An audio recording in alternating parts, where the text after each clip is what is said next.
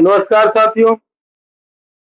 तो आज हम लोग फिर से क्लास 8 का वही चैप्टर फसल उत्पादन एवं प्रबंधन को लेकर के आए हैं, जो कि आज पार्ट 4 होगा। तो चलिए, आज का जो हमारा पहला टॉपिक है वो है बुआई।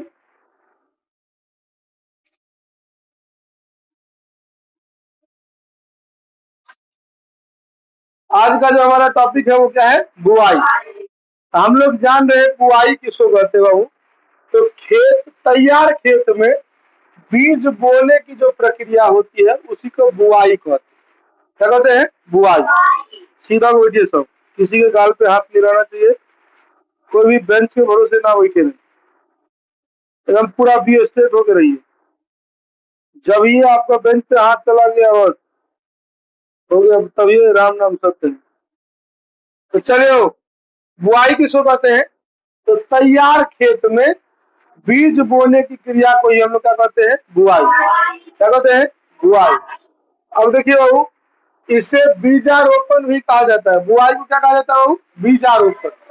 यदि आपसे पूछ दिया जाए बीजारोपण किसको कहते हैं, तो वही कह देंगे तैयार खेत में बीज बोने की क्रिया को ही क्या कहते हैं? बीजारोपण भी कहते हैं। बुआई पूछ दिया जाए तो भी वही क्या कहेंगे? तैयार खेत में बीज बोने की क्रिया को ही क्या कहते हैं? बुआई कहते हैं। ठीक है, चलिए आगे। अब बुआई अनेकों प्रकार से होते हैं। एक होता है छिटका बुआई, ठीक है, एक होता है सीड ड्रिल। क्या होता है? Seed drill. तो चलिए छिटका बुआई हम समझते हैं। तो ध्यान से समझिए, खेत में बीजों को हाथों से समान रूप से चारों ओर बिखेरने की विधि को क्या कहते हैं? छिटका बुआई। आप लोग गांव घर में देखो रहिएगा, तो बोरा में ले लेता है गेहूं या कुछ सॉरी क्या कहते हैं, मक्के तो ऐसे नहीं लेता है, धान कुछ भी लेकर के ऐसे खाना देखते हैं ना छींटते हुए, तो जो छींटता है मतलब हाथ से छींटने में भी किसान देखिएगा ऐसा नहीं होगा कि एक जगह 4 को गिरा देगा, नहीं बाबू, ऐसे फेंकता है कि मतलब एकदम समान रेशियो में सौंपे जाता है। तो वही कहता है कि हाथों से खेत में बीजों को समान रूप से चारों ओर बिखेरना या फैलाना ही क्या कहलाता है? छिटका बुआई कहलाता है। क्या कहलाता है बाबू? छिटका बुआई कहलाता है। आपसे पूछ दिया जाए छिटका बुआई किसको कहते हो, तो खेतों में हाथों की सहायता से बीजों को समान रूप से मतलब छींटना या फिर बिखेरना जो है ना, उसी को क्या कहते हैं? छिटका बुआई कहते। चलिए, ये सब चीज आप लोग जानते होइएगा, नहीं सब कुछ देखते होइएगा, लेकिन परिभाषा नहीं बोल पाते होंगे, इसीलिए परिभाषा के रूप में आपको दिया जाएगा। मैं देखो फिर से सो रही है, लड़की को निकाल दो बेड से, तुम बाहर निकलो, या तो आंख धो गया, नहीं तो खराब हो, दो में से वो काम करो। चलिए आगे हम लोग चलते हैं।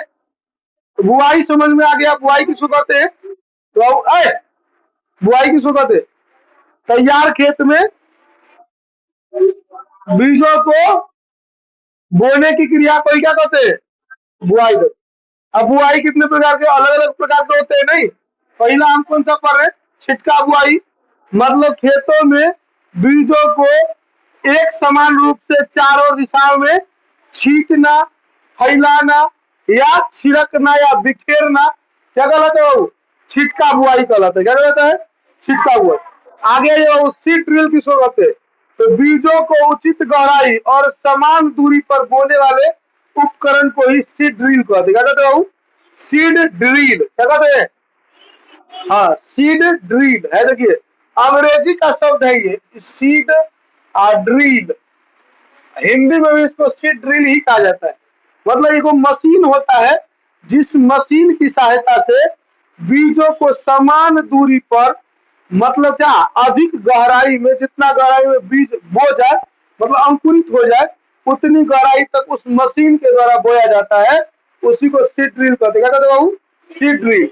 ध्यान से समझिए, बीजों को उचित गहराई और समान दूरी पर बोने की विधि को ही या बोने वाले कृषि उपकरण को ही क्या कहते हैं? सीड ड्रिल कहते हैं।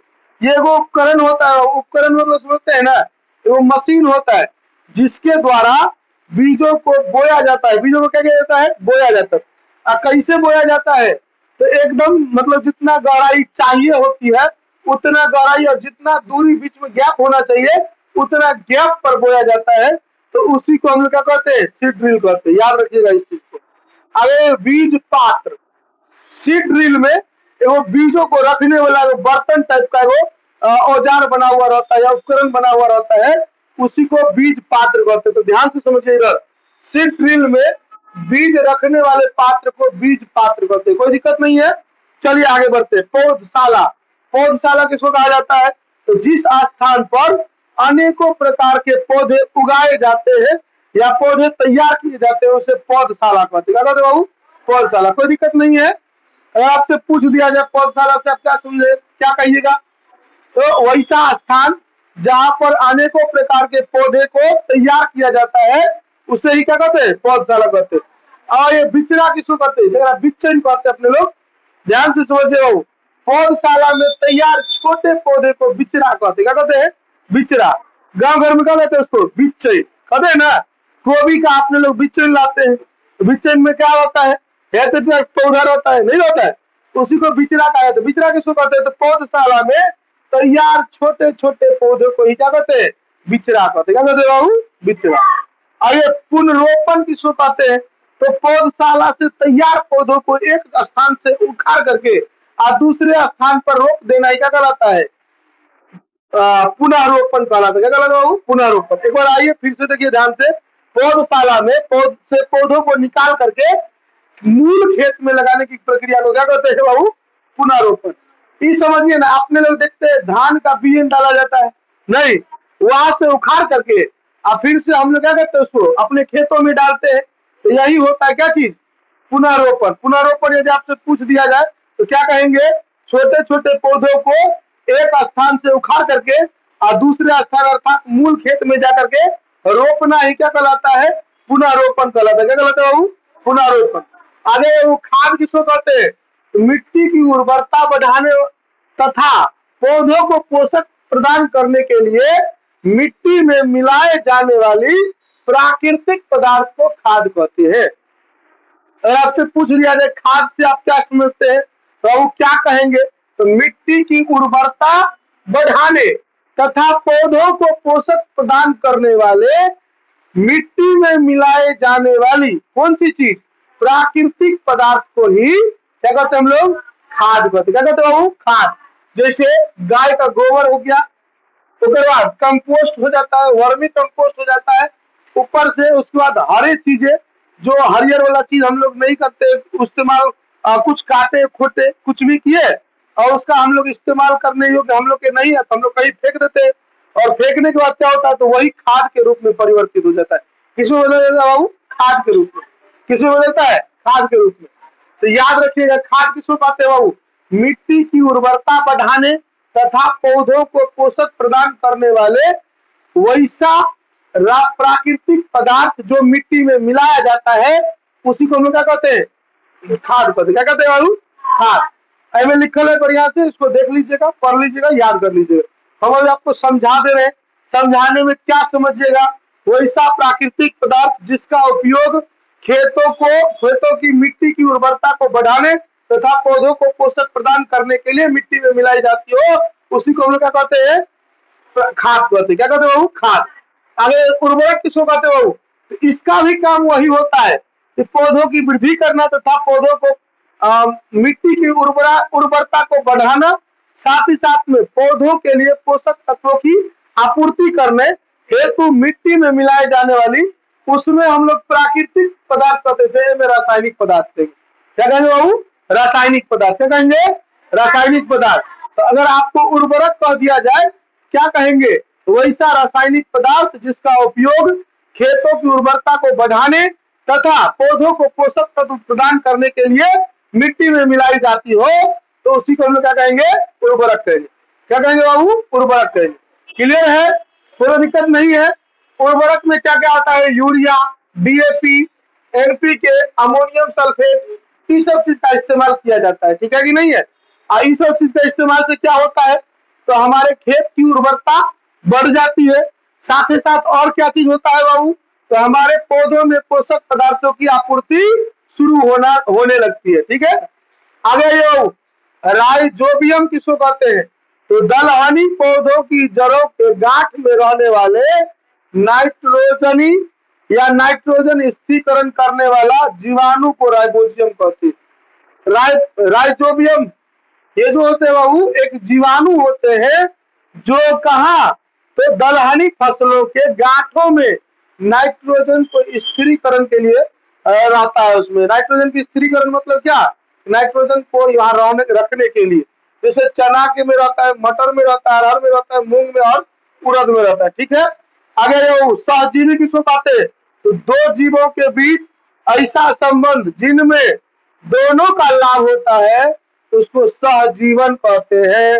जैसे राइजोबियम और दलहनी पौधे ये दोनों के दोनों क्या है, सहजीवी है। क्या है बाबू, सहजीवी। सहजीवी मतलब ऐसे जीव जब दो जीव एक साथ रहे और उसमें दोनों का फायदा हो तो उसी को हम लोग क्या कहते हैं, सहजीवी कहते हैं। क्या कहते हैं बाबू, सहजीवी। आगे ये फसल चक्र क्या किसको कहते हैं, तो एक ही खेत में निश्चित क्रम के निश्चित समय पर विभिन्न विभिन्न फसलों को बारी बारी से उगाने की विधि को फसल चक्र कहते हैं। क्या कहते हैं बाबू, फसल चक्र। मतलब एक ही प्रकार के खेत में, एक ही खेत में निश्चित क्रम और निश्चित समय के अनुकूल विभिन्न विभिन्न फसलों को बारी बारी से उगाने की विधि को क्या कहते हैं बाबू, फसल चक्र कहते हैं। क्या कहते हैं, फसल चक्र। आपसे पूछ दिया जाए फसल चक्र से आप क्या समझते हैं, क्या कहेंगे, एक ही खेत में निश्चित क्रम में निश्चित समय पर विभिन्न विभिन्न फसलों को बारी बारी से उगाने की विधि को ही फसल चक्र कहते हैं। अब आइए वो सिंचाई किसको कहते हैं, तो फसलों की आवश्यकता के अनुसार कृत्रिम रूप से खेतों में जल पहुंचाने की प्रक्रिया को सिंचाई कहते हैं। ये तो सब आदमी जानते हैं कि जैसे एग्जाम्पल के तौर पर खेत हम अभी बोए, उसमें पानी बारिश नहीं हुआ, वैसे तो बाबू किसान हमारा पूरी किस पर निर्भर है, बारिश पर ही। लेकिन किसी बार बारिश नहीं होता है तो खेतों को पानी की जरूरत को पूरी करने के लिए लोग क्या करते हैं, तो सिंचाई करते हैं। क्या करते हैं, सिंचाई। यदि आपसे पूछ दिया जाए सिंचाई से आप क्या समझते हैं, तो पौधों को जल की आपूर्ति के लिए या फसलों की आवश्यकता के अनुसार कृत्रिम रूप से खेतों में जल पहुंचाने की विधि को क्या कहते हैं, सिंचाई कहते हैं। क्या कहते हैं बाबू, सिंचाई। अगर वो जलाक्रांत किसको कहते हैं, तो जब खेत में आवश्यकता से अधिक पानी जमा हो जाता है और मिट्टी में वायु की संचार रुक जाती है जिससे फसलों की वृद्धि प्रभावित होती है, तो इसी स्थिति को जलाक्रांत कहते हैं। क्या कहते हैं, जलाक्रांत। अब ध्यान से समझिए, या जल जमाव या जल भराव जिसको कहते हैं। अब जलाक्रांत समझिए, कभी कभार क्या होता है, तो हम लोग जब सिंचाई करते हैं ना, तो देखिए होइएगा सिंचाई करते समय जो मशीन वाला रहता है वो कहता है थारी पानी फेंक दो, ठीक है। काहे कहता है बाबू, तो जब हम सिंचाई कर रहे होते हैं तो एक ही स्थान पर बहुत सारा जल जो है वो जमा हो जाता है, जहाँ गड्ढा टाइप का रहता है। देखिए होता क्या है, खेतों में जल पर्याप्त मात्रा में ही रहनी चाहिए। अगर उस मात्रा से ज्यादा हो जाती है तो पानी में हवा की कमी हो जाती है, जिससे कारण क्या होता है, तो उसकी वृद्धि जैसे होनी चाहिए पौधों की, उस प्रकार की वृद्धि नहीं हो पाती है। तो ये ध्यान से समझिए, जलाक्रांत किसको कहते हैं, तो जब खेत में एक ही स्थान पर बहुत ज्यादा जल का जमाव हो जाता है तो क्या होती है उस स्थिति में, तो मिट्टी में वायु की कमी होने लगती है, जिससे फसलों की वृद्धि प्रभावित हो जाती है। अर्थात फसल उतना मात्रा में वृद्धि, उतना प्रतिशत मात्रा में वृद्धि नहीं कर पाता जितना करना चाहिए। तो इसी स्थिति को हम क्या कहते हैं, जलाक्रांत, जल भराव या जल जमाव भी कहते हैं।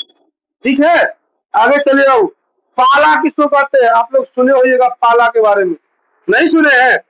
जब अत्यधिक ठंड के कारण पौधों की पत्तियां, फूल और फलों पर बर्फ की पतली परत जम जाती है, उसे ही पाला कहते हैं। आप लोग देखे होइएगा, जब ठंडा के महीना में जब फसल उगता है तो अगर ऊपर में उज्जर उज्जर रंग का कुछ कुछ चल आता है, किसान उसको जाकर के हाथ से हटा देते, नहीं हटाएगा तो उससे क्या होता है, तो फसलें जो है वो प्रभावित होने लगती है।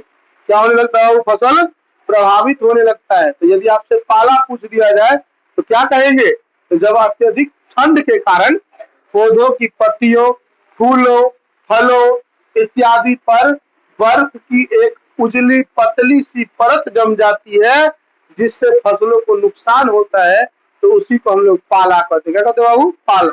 आप लोग सुने ना, कहते पाला दाब दल, नहीं तो लोग पलैया कहता है, नहीं पलैया दाब दल, गाँव घर में कहता है चद्दर उधर चारों पांच गो एकदम लपटपा लो सौंसे, और तब बाहर निकलो, लोग कहेगा पलैया दाब दल के, नहीं तो पलैया मतलब हो गया वही पाला। पाला मतलब जब बहुत ज्यादा ठंडा होता है तो पौधों की परत पर या पौधों की पत्तियों पर, फूलों पर, फलों पर, सब जगह पर क्या होता है, तो एक उजली सी पतली परत जम जाती है, और उसी स्थिति को लोग क्या कहते हैं, पाला कहते हैं। बाबू जिसको हम देख रहे हैं आधा से ज्यादा आदमी सो रहा है, जिसको अंगी लग रहा है, दूगो इलाज है। पहला इलाज या तो आंख धो लीजिए, और नहीं तो दूसरा इलाज है बेंच पे खड़े हो जाइए, पूरा क्लास खड़े रह के पढ़िए, ठीक है। तो जो आपको अच्छा लगे वैसे हम पानी का व्यवस्था करवा दे रहे हैं, ठीक है।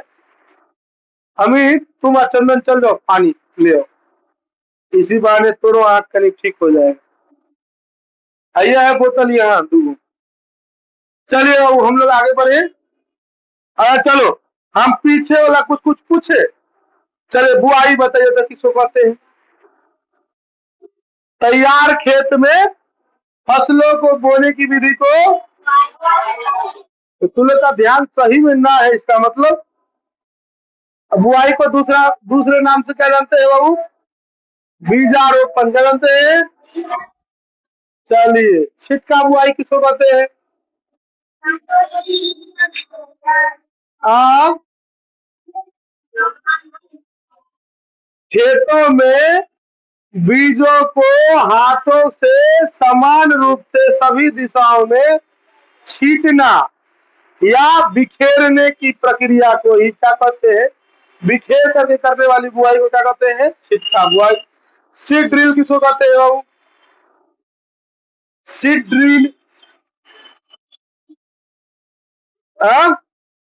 बीजों को रोपने के लिए बीजों को समान गहराई या समान दूरी पर रोपने वाले जो उपकरण होते हैं, उसी उपकरण को क्या कहा जाता है, सीड ड्रिल कहा जाता है। बीज पात्र किसको कहते हैं बाबू, सीड ड्रिल में बीजों को रखने वाले पात्र को ही क्या कहते हैं, गदा बीज पात्र कहते हैं। पौधशाला किसको कहते हैं,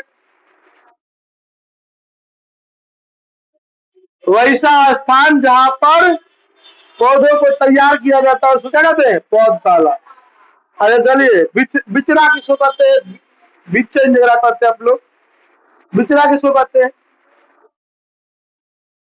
पौधशाला से छोटे पौधों को ला करके, मतलब वैसा पौधा जो पौधशाला में छोटे छोटे आकार में क्या किया जाता है, तैयार किया जाता है, उसी को क्या कहते हैं, बिचरा कहते।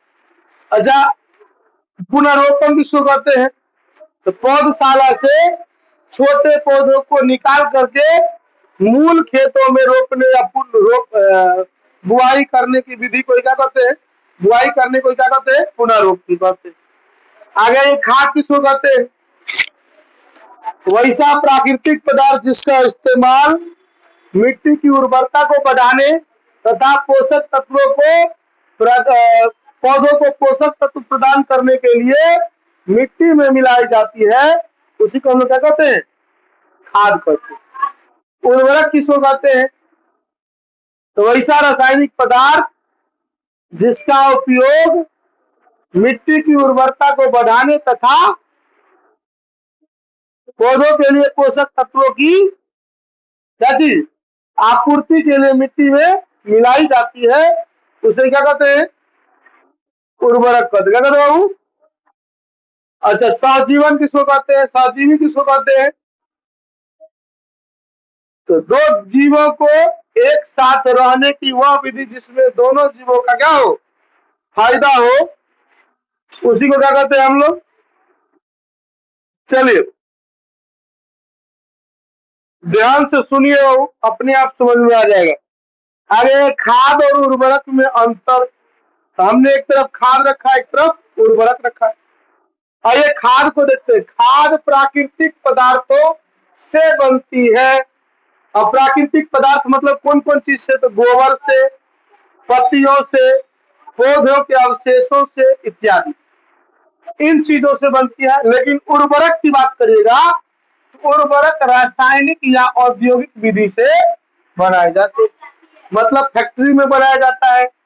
इसमें पोषक तत्व कम मात्रा में होती है और इसमें पोषक तत्व अधिक मात्रा में होती है। और देखिए यह मिट्टी की उर्वरता एवं संरचना में सुधार करती है। जो है यह पौधों को शीघ्र पोषक तत्व प्रदान करती है। ठीक है, ये देखिए इसका प्रभाव धीरे धीरे दिखाई पड़ता है और इसका प्रभाव जल्दी जल्दी दिखाई देने लगती है। यह पर्यावरण के लिए सुरक्षित एवं लाभदायक होता है, लेकिन इसका अधिक मात्रा में प्रयोग करने पर यह मिट्टी एवं पर्यावरण के लिए नुकसान पहुंचा सकता है। तो बताइए बाबू किसका उपयोग करना चाहिए, खाद का कि उर्वरक का? खाद। इस ध्यान से देखिए, देख लिए ना, आई में देखिए सब उजरा उजरा रंग का। तो बताइए अपने लोग जो उजरका देखते खेत में मारता है यूरिया, सब खेत के लिए फायदेमंद है? नहीं, बहुत ज्यादा इसका इस्तेमाल करने से खेत की उर्वरता जो है वो समाप्त हो जाएगी, साथ ही साथ हमारे पर्यावरण को भी इससे नुकसान होगा। आगे आइए, वो वाष्पोत्सर्जन किसको कहते हैं? तो ध्यान से समझिए, ध्यान से समझिए। इधर है देखिए, हम आपको उस दिन पत्ता दिखाए हुए थे, नहीं ये पत्ता है ना रे, ये ना है पत्ता? कौन चीज पत्ता है? पीपर लग रहा है, नहीं है। देखिए ध्यान से, पत्ता पर एक छोटा छोटा छेद होता है, जिस छेद को हम लोग क्या कहते हैं बाबू? क्या कहते हैं? रंध्र। यदि आपसे रंध्र पूछ दिया जाए तो क्या कहेंगे? तो पत्तियों पर पाए जाने वाले छोटे छोटे छिद्रों को ही रंध्र कहते हैं। और देखिए बाबू, वाष्पोत्सर्जन प्रक्रिया इसी के द्वारा होता है। तो क्या कहेंगे?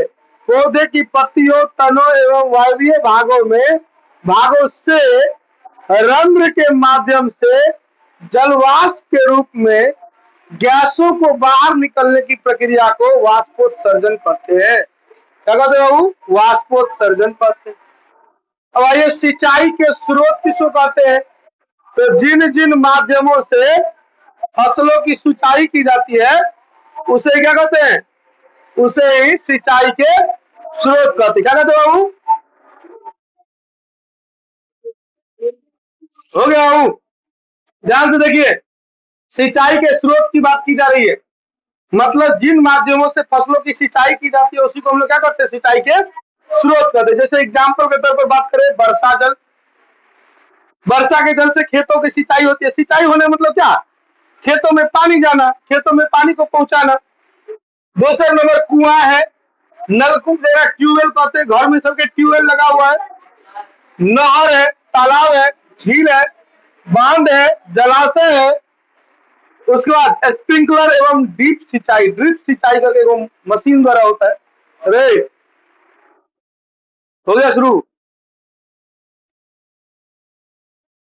तो ये सारे के सारे क्या है? सिंचाई के साधन या स्रोत। नोट, बिहार बोर्ड सिंचाई के प्रमुख साधन किसको किसको मानते हैं? ध्यान से समझिए, कुआं को, नलकूप को, नहर को, तालाब को तथा वर्षा जल को। बिहार बोर्ड इसी सब को अपना मेन स्रोत मानती है और दोसर दोसर जगहों पर दोसर दोसर को माना जाता है। और हम लोग छिड़काव तंत्र को देखते हैं। अभी पढ़वो करो, कहीं घूमबो करो।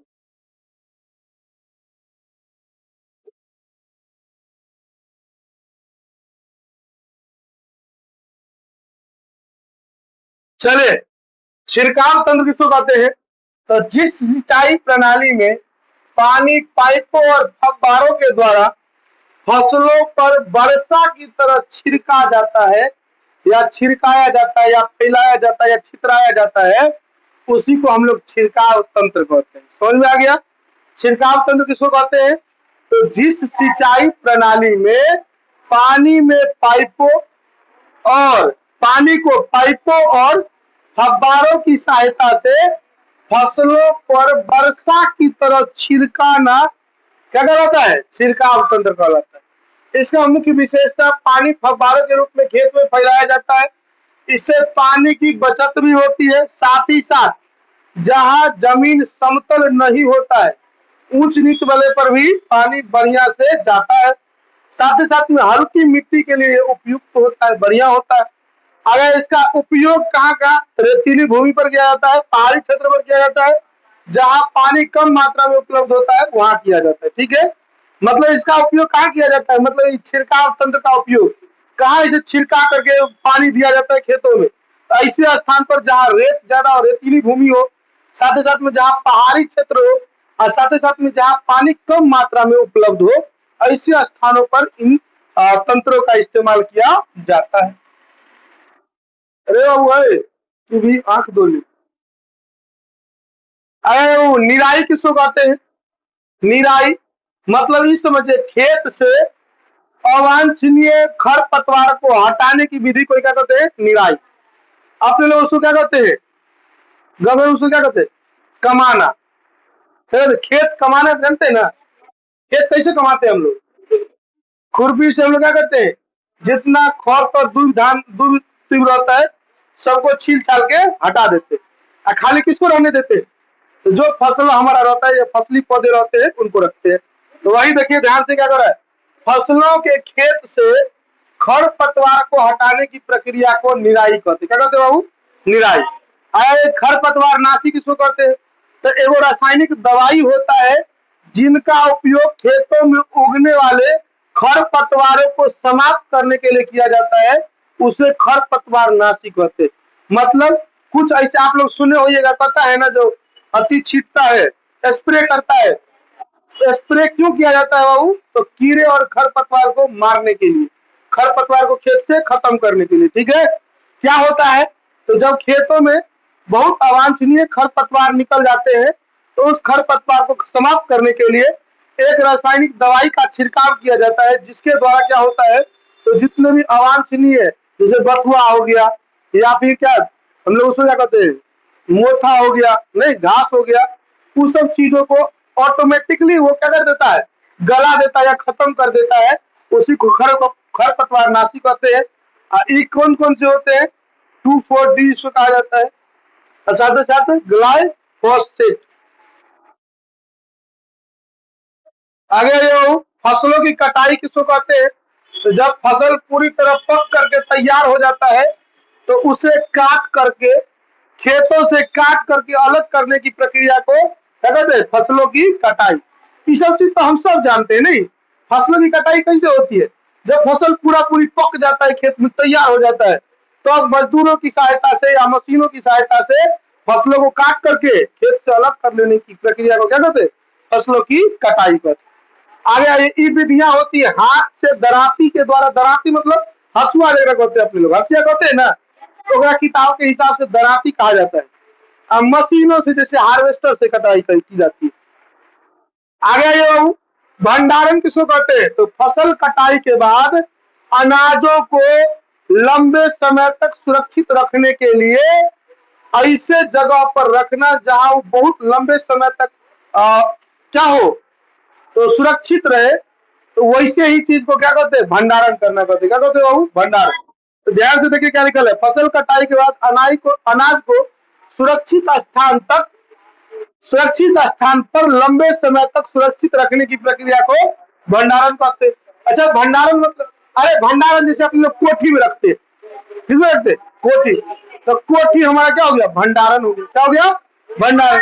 फसलों को काट करके और उसको फसल को अनाज को अलग करके और उसको जो है सो ऐसे सुरक्षित स्थान पर रखना जहाँ वो लंबे समय तक सुरक्षित रहे, उसी को हमको क्या कहते हैं? हम लोग भंडारण कहते हैं। अच्छा, इसका उपयोग क्या, उद्देश्य क्या क्या है? तो अनाज को सड़ने से बचाने के लिए इसका उपयोग किया जाता है। साथ ही साथ में कीड़ों और चूहों से सुरक्षित रखने के लिए और लंबे समय तक उपयोग रहे, लंबे समय तक हम इसका इस्तेमाल कर सके, इसके लिए सुरक्षित रखने। ठीक है। अब आगे इसकी विधियां क्या क्या है? तो गोदाम में भंडारण कर सकते हैं, साथ ही साथ धातु या प्लास्टिक के ड्राम में रख सकते हैं और बोरियों में सिलाई करके थैले में रख सकते हैं। तो इन सब चीजों से अच्छा, सावधानियां इनमें क्या क्या करनी चाहिए? तो वो अनाज पूरी तरह से सूखा होना चाहिए।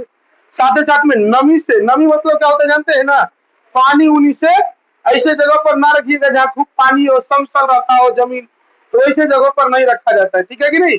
नमी नहीं रहना चाहिए। कीटनाशक का उपयोग किया जा सकता हो ऐसे स्थान पर जहाँ कीटनाशक का इस्तेमाल किया जा सकता हो, वैसे जगह पे रखना है। अच्छा, वायु रोधित किसको कहते हैं बाबू? तो जिस भंडार प्रणाली में हवा का प्रवेश लगभग बंद कर दिया जाता है, उसी को वायु रोधित भंडारण कहते हैं। क्या कहते हैं बाबू? वायु रोधित भंडारण। आपसे पूछ दिया जाए वायु रोधित भंडारण किसको कहते हैं? तो जिस भंडारण प्रणाली में हवा का प्रवेश बिल्कुल बंद कर दिया जाता है, उसी को हम लोग क्या कहते हैं? वायु रोधित भंडारण कहते हैं। अच्छा, इसका उद्देश्य क्या क्या है? तो अनाज को कीट एवं फफूंदों से बचाना। फफूंद मतलब समझते हैं ना, जरा आप लोग सूरा पूरा कहते। हाँ, आगे देखिए, अनाज को लंबे समय तक सुरक्षित रखने, नमी और ऑक्सीजन से सुरक्षा प्रदान करने इसका इस्तेमाल किया जाता है। जैसे एयर ड्राइट ड्रम, सील बंद प्लास्टिक कंटेनर, साइलो, इस सब ड्राम में रखने से क्या होता है? तो एक रत्ती हवा अंदर में नहीं जाता है। हवा एक रत्ती अंदर में नहीं गया मतलब क्या? न कीट जा पाया वहां, न फफूंद जा पाया। इससे क्या हुआ? तो अनाज लंबे समय तक सुरक्षित रहा, साथ ही साथ नमी और ऑक्सीजन से भी बचा रहा। आगे इससे लाभ क्या होता है? अनाज खराब नहीं होता है, कीड़े मकोड़े नहीं लगते हैं, साथ ही साथ भंडारण अधिक समय तक हो पाता है। मतलब हमारा अनाज अधिक लंबे समय तक उपयोग में लाने लायक रह पाता है। चलिए आगे बाबू, धूमक किसको कहते हैं? जिसको लोग भंडारित अनाज में मौजूद कीड़े मकोड़े, जीवाणु और फफूंद नष्ट करने के लिए जहरीले गैस एवं धुएं का उपयोग करना धूमक या धूमन कहते हैं। ठीक है, मतलब ये समझिए, धूपक या धूमक या धूमन किसको कहते हैं? तो भंडारित अनाज में उपस्थित या मौजूद कीड़े मकोड़े, फफूंद, इस सब को नष्ट करने के लिए या मारने के लिए या उससे अलग करने के लिए क्या करना? तो गैस या धुएं का उपयोग करने की प्रक्रिया को ही धूमक या धूमन कहते हैं। ठीक है, इसका उद्देश्य क्या है? ये क्यों किया जाता है? तो अनाज को कीड़ों से बचाने के लिए, फफूंद और बैक्टीरिया को नष्ट करने के लिए और भंडारण में सुरक्षित रखने के लिए। अच्छा, इसका उपयोग कहाँ कहाँ होता है? तो बड़े बड़े गोदामों में होता है, साइलों में होता है, अनाज भंडारण केंद्रों में होता है। जैसे एल्युमिनियम फॉस्फेट, जैसे दवाई से धूमन किया जाता है। एल्युमिनियम फॉस्फेट नामक एक दवाई होता है, उस दवाई को धूमन किया जाता है, मतलब आग लगा करके धुआं निकाला जाता है। और उस धुएं से क्या होता है? तो जितने भी अनाज को खराब करने वाले बैक्टीरिया होते हैं, कीट होते हैं, कीड़े मकोड़े होते हैं, वो सारे के सारे अनाज से बाहर निकल जाते हैं। और यह सावधानियां, यह बहुत जहरीली प्रक्रिया होती है, ये केवल विशेषज्ञों के द्वारा ही किया जाता है। ऐसा नहीं कि सब कर सकता है, इसको जो जानकार इसका बढ़िया से रहता है वही करते हैं। साथ ही साथ सीधे संपर्क में इससे सीधे संपर्क नहीं होना चाहिए, अर्थात इसको जो है सो मतलब प्रिस्क्रिप्शन के साथ, मतलब बचाव के साथ करनी चाहिए। कोई रूम में जाके तब तक बैठ जाओ, पंखा चला ले। आगे वो रासायनिक धूमन किसको कहते हैं? तो जब भंडारित अनाज गोदाम या बंद स्थान में कीटों और रोगाणुओं को नष्ट करने के लिए रासायनिक गैस का इस्तेमाल किया जाता है। धूप या धूमन किसको कहते हैं? धूमक या धूमन किसको कहते हैं? तो वो भंडारित अनाज में कीड़े मकोड़े इन सबको मारने के लिए या नष्ट करने के लिए जहरीली गैस और धुएं का उपयोग करना क्या गलत है? धूमक या धूमन कहते हैं। लेकिन यहाँ बात करिए रासायनिक धूमन किसको कहते हैं? तो जब कीड़े मकोड़े कीटों को मारने के लिए जहरीली गैस में भी कौन सी रासायनिक गैस, कौन सी गैस बाबू? रासायनिक गैस का इस्तेमाल किया जाता है, तो उसी को रासायनिक धूमन या रासायनिक धूमक कहते हैं। अब देखिए बाबू, इसका उद्देश्य क्या होता है? तो अनाजों के कीड़ों से बचाना, फफूंद बैक्टीरिया को खत्म करना, जो इससे पीछे वाले का था, भंडारण को सुरक्षित रखना। इसका उपयोग कहाँ कहाँ होता है बाबू? तो गोदामों में, अनाज के साइलों में, बंद भंडारण वाले कक्षों में। ये मिथाइल ब्रोमाइड कुछ जगहों पर इसका इस्तेमाल किया जाता है। तो ये सब जो है सो सब सेम का सेम चीज है, मतलब यह अत्यंत जहरीला होता है। इससे क्या क्या सावधानी रखना चाहिए? तो जहरीला होता है, इससे बच के रहना चाहिए। साथ ही साथ केवल जो जानकार व्यक्ति हो उसी के द्वारा ये किया जाना चाहिए। इससे सीधा संपर्क नहीं होना चाहिए। हाथ उत में इधर उधर ग्लव्स व्लव्स लगा के ये सब चीज का इस्तेमाल करना चाहिए। और देखिए वो छल्ला किसको कहते हैं? पौधों के तने के चारों ओर गोलाकार भाग्य संरचना को छल्ला कहते हैं। ठीक है, पौधों के चारों ओर, पौधों के तने के चारों ओर।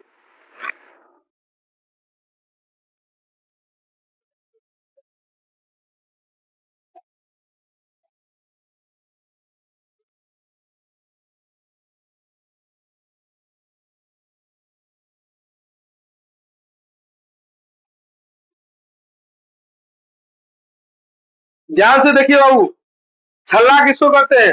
तो पौधों के तने के चारों ओर गोलाकार जो भाग या संरचना बनती है ना, वही छल्ला कहलाती है। आप लोग देखे होइएगा, जब पेड़ कटता है ना, तो अंदर से देखिएगा, बाहर से तो दिखने में नहीं दिखता है। अरे इस परत देख, पपड़ी जगह कहते हैं ना, वही छल्ला हुआ। समझे कि नहीं समझे? किसको कहते हैं? पपड़ी जो होता है उसी को क्या कहा जाता है? छल्ला। तो याद रखिएगा बाबू, पौधों के तने के चारों ओर गोलाकार भाग या संरचना को क्या कहते हैं? छल्ला। अच्छा, इसका महत्व क्या है? तो पौधे की उम्र का अनुमान इससे लग जाता है, नहीं, उम्र का पहचान हो जाता है। आप लोग देखिएगा, बहुत सारे ऐसे व्यक्ति है जो जाते हैं और छिलका हटाते हैं, पता चलते हैं हाँ इतने साल गाछ होगा, नहीं। तो पौधे की उम्र का पता लगता है। लकड़ी की गुणवत्ता पहचानने में उपयोगी होता है। पौधे की वृद्धि का अध्ययन करने में सहायक होता है। जैसे पेड़ के तने में दिख चारों ओर गोल गोल चक्र जो होते हैं, और नहीं तो वही छल्ला आगे चल करके कठोर कठोर वो परत बन जाता है। तो तू लोग देखेगा, गाछ कटता है ना, तो गाछ कटने में तना जब काटा जाता है तो इसमें देखिएगा अंदर से आपको लगेगा कि एगो परत गोल बना हुआ है, फिर दूसरे एगो परत गोल बना हुआ है, इस तरह से।